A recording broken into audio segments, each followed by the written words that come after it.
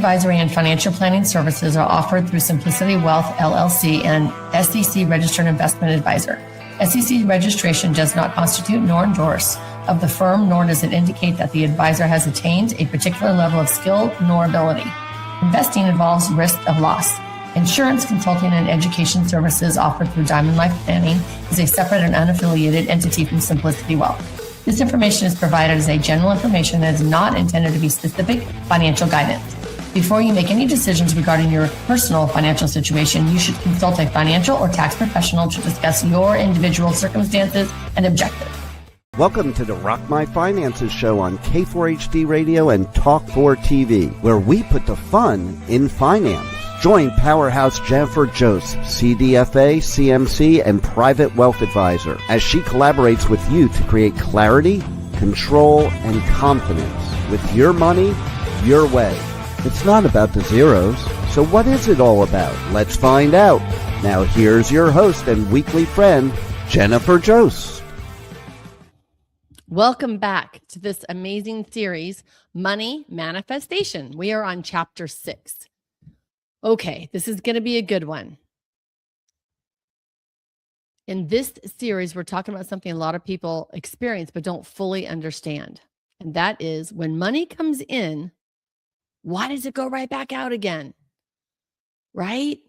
Why can't I hold on to money? No matter how much I make throughout the years, it always seems to go right back out again. Most people think it's a budgeting problem or a spending problem, but very often it absolutely is not. It is about the capacity to hold the money. It's not about the zeros. It's how you feel about holding the zeros. Because your ability to hold money is directly connected to your emotional feelings and your state around your nervous system. So if money feels stressful, overwhelming, and hard to manage, your system doesn't feel safe holding it. So what happens? Money comes in and then something happens. You spend it, you move it, you create a situation where the money leaves. Not on purpose, but because your system is more comfortable with what it already knows. Like I say, our system usually has a temperature, which means an income amount that we're used to having or a savings amount that we're used to having. And when that changes, our nervous system gets out of whack and it creates experiences to knock the money back down again. So it is right around where we are comfortable with that money. I know it sounds weird, but I promise you it's true. This is why people can increase their income and they still feel exactly the same because nothing internally has changed. On the outside, it's changed, but not internally. So more money does not create stability. I know we all think it does. We all think that all we need is a bigger income, a better job, more money, win the lotto, and our life is going to be perfect. It actually amplifies the old same patterns that are already running inside of our nervous system and our body, our mind, our subconscious, our emotions. So I want to be very clear. This is not about blame. This is just about awareness. This is step one. We have to be aware because once you understand this, you can actually start to shift it. Now, let's take this one layer deeper. Many women, the reason why money doesn't stay is not just habits. It's old patterns that we formed a long time ago. It could start in childhood. Sometimes without even realizing, most of the times without even realizing it. If money felt inconsistent growing up, if it was tied to stress, arguments, uncertainty, our body learned something very early. Money doesn't feel safe. This goes for men and women, actually. Money doesn't feel safe to hold on to. Or maybe you learned something completely different. Maybe you learned, I have to be careful. I could lose this. It's just scary, right? So I want to throw in here some exercises. When money comes in, your system doesn't relax. It stays alert, it stays guarded, and it doesn't feel like it's something we want to hold on to. So unconsciously, we move it away from us. This is why money does not stay. Not because you're doing something wrong, but because it still just doesn't feel safe holding on to it. So this is why we want to heal our relationship with money. So here's exercise number 1. something very easy. Get your money journal out, because I know you all have one when you started this podcast. I want you to do something very simple. Write this down. What happens after I receive money? And be honest. Do I spend it quickly? Do I move it immediately? Do I feel pressure with doing something with it? Or do I avoid looking at it all altogether? Or come up with your own. What do I do when I receive money? Then ask yourself, what am I feeling in that moment?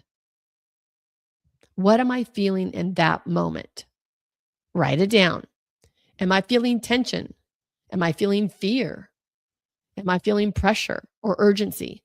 In the last chapter 5, we talked about the treasure chest of money at your front door. When you got that treasure chest of money, did you feel fear? Did you feel tension?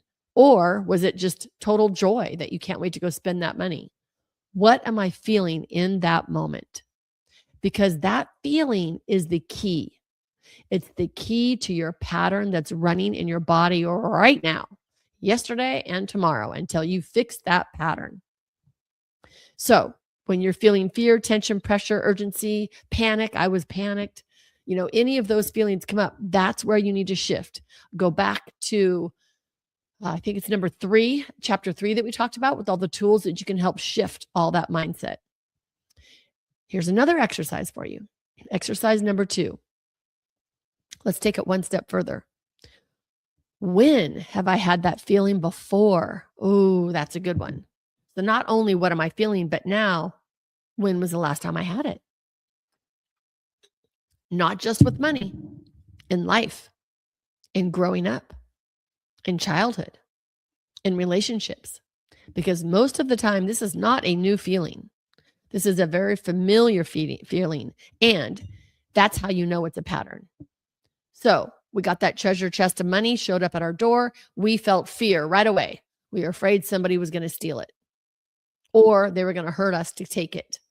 Okay, so now we go back. When have we ever been betrayed? Actually, we could have even been abused. When were we ever physically hurt? When were we ever emotionally hurt? When did we learn not to trust? I grew up in an alcoholic home. I learned right away not to trust what they say, what they do, and they're very different. So they don't match. So I learned not to trust. After I grew up in a great, I probably had, 7-8 years maybe of great family. And then I saw my dad fall down drunk, and I was scared to death. I don't even remember my mom being around. I was so scared. So that's when I learned I had to trust myself. There was no one there to take care of me. So that right there, I had to learn how to be perfect. I had to learn how to take care of myself. I had to learn how to not cause waves, all that great stuff, right? That is part of my core wound now, is feeling perfect, right? I don't want to be less than ever. That's why I hate criticism. I'm doing much better now, but it's been a thing, right? So we want to look at that pattern, and we want to heal that pattern.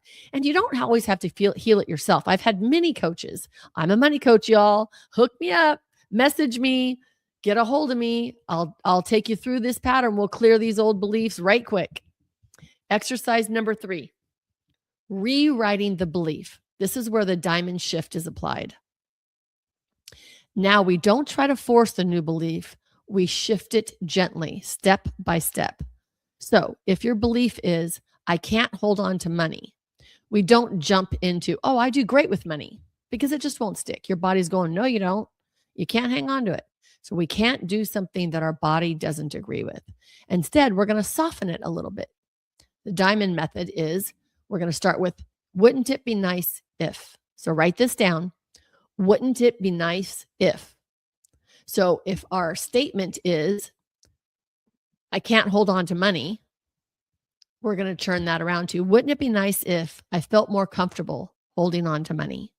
That's just one little move up the emotional scale, right? That's just one little step. Wouldn't it be nice if I felt more comfortable holding on to money? Wouldn't it be nice if I felt more comfortable with money increasing in my bank account. Okay, once that wouldn't it be nice feels really good and go through a whole slew of different statements. When that feels good, then we go to the next step, which is I'm starting to feel a little more at ease with money staying around. You could say, I'm starting to feel a little more at ease with money bringing more of its friends over. I mean, you can make a joke out of it, but it's serious. I want more money and their friends to come over. That goes back to what would you say if money walked into the door right now? So I'm starting to feel a little bit more ease with understanding my money. I'm starting to feel a little bit more at ease with my money growing a little bit. I'm starting to feel a little bit more at ease with money. I said growing, with money growing even bigger, like step by step by step, right? Once you solidify that, and that feels really good, then our third and last step under the diamond shift method is, it is nice that I am. So write this down. It is nice that I am. Then you fill it in. It is nice that I am learning how to hold on and manage my money. It is nice that I'm learning how to invest my money to let it grow. It is nice that I'm learning how to understand my old patterns and clearing my old beliefs and stepping into my new beliefs.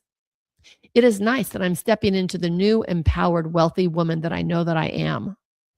It is nice that I am learning how to be confident, control, and have all of the clarity around my money. It is nice that I am learning how to have my money grow and what to do with it. See what I mean? Okay, that's exercise 3. Exercise 4, safety practice, is very powerful. It's simple, but it's powerful. The next time money comes in, any amount at all, I want you to pause. Don't do anything with it right away. Just sit with it, even just for 30 seconds, and say, it's safe for me to have this. Let your body feel that, because you're not just changing thoughts. We're teaching our body that it's safe to hold the money. I like this. And I'm going to say, you sit with that for a day or two. Remember that good old saying, I don't do anything until I sleep on it for 24 hours. I want you to sleep on that. I want you to enjoy that money. I want you to feel that money. It is safe for me to have this money. Then we're going to have a couple other things stepping up from that, right? It's safe to have this money. Not only is it safe, I enjoy the safety of this money. The safety of this money is making me feel ... It's making me feel blessed. It's making me feel appreciated. It's making me feel empowered. It's making me feel strong. It's making me feel worthy. Like, this is why we want money, right? We want to feel strong and worthy and capable. All of these things is why we want money. So it is safe for me to have this. And then feel your body. Make sense?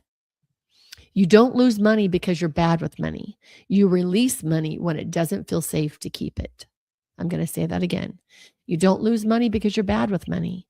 You release the money because you don't feel safe keeping it. That was such a big aha for me. Just saying ding, ding, ding, ding, because I was been on that roller coaster for years and years and years. All right, back to the framework. This is where all of our tools come in. When we feel the urge to react, we want to make sure that we use the diamond reset. Stop, breathe, feel, shift. My nose is so itchy. Okay, stop, breathe, feel, shift. That's what we want to do. Instead of react. Calm our body first. Then we shift our thought. We move up the emotional scale slowly. And over time, we're going to build the capacity to have our money grow as much as we possibly want it to grow. You're not trying to hold on to more money. You're becoming someone who feels safe holding on to money. The first step, again, is to notice how you feel when money comes in. Do you feel calm? Do you feel pressure? Do you feel in control?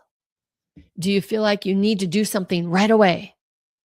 Do you feel like you can just sit on that for a minute? Do you feel like you can just relax?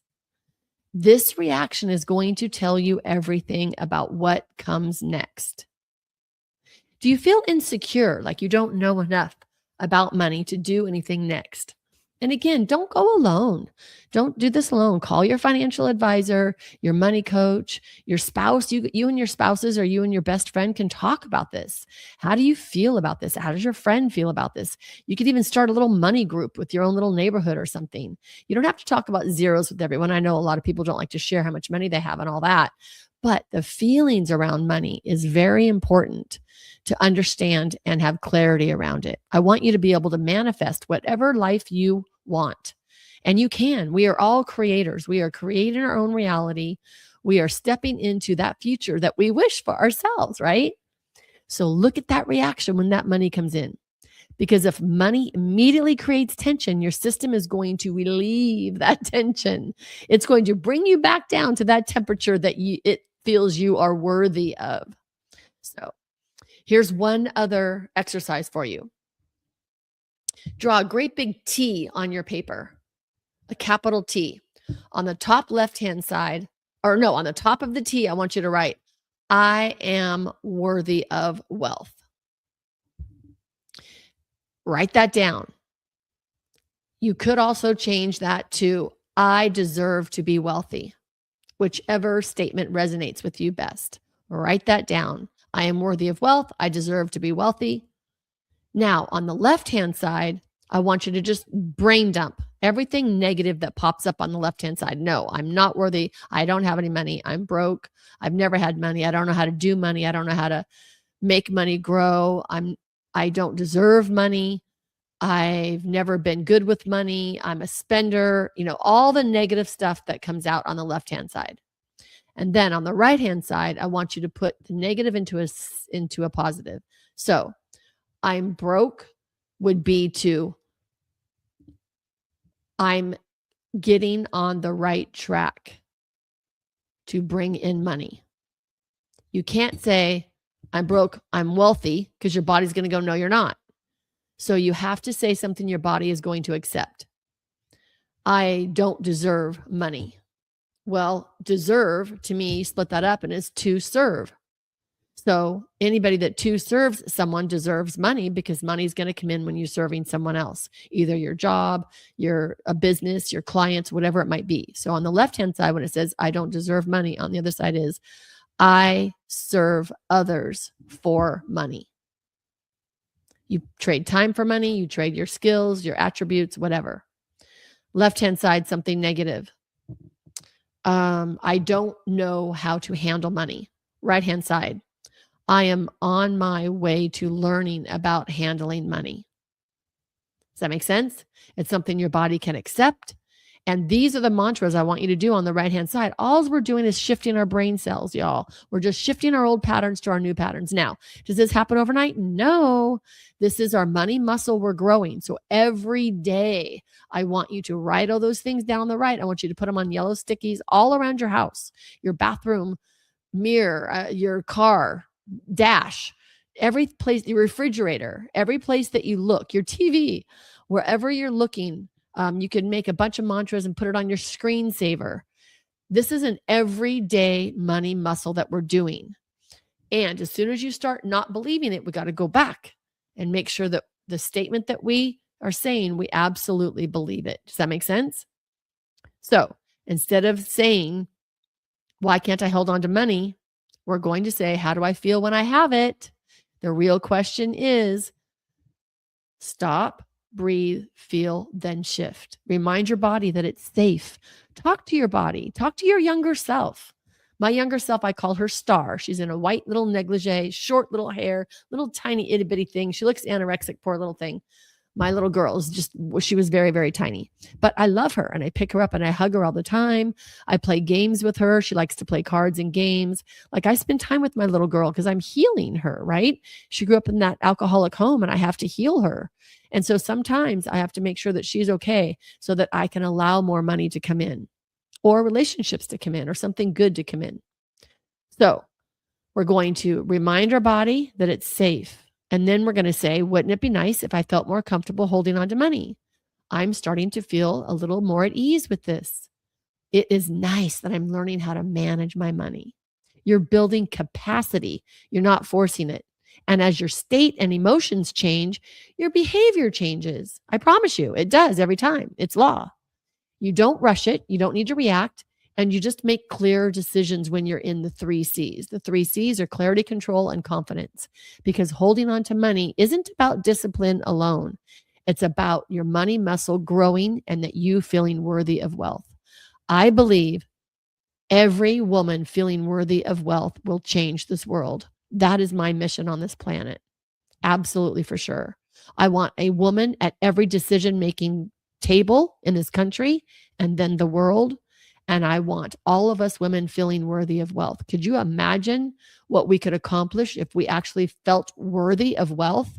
We wouldn't have any of those subconscious thoughts bringing us down all the time. Last thing I'm going to say, look at your words. Pay attention to negative words. Pay attention to, oh, I'm so stupid, I left my keys. Oh my God, I can't believe I do that. Pay attention to the words, your self-talk and words to others. Let's try to keep everything in appreciation. I'd love us to become appreciation creators every day, all day long.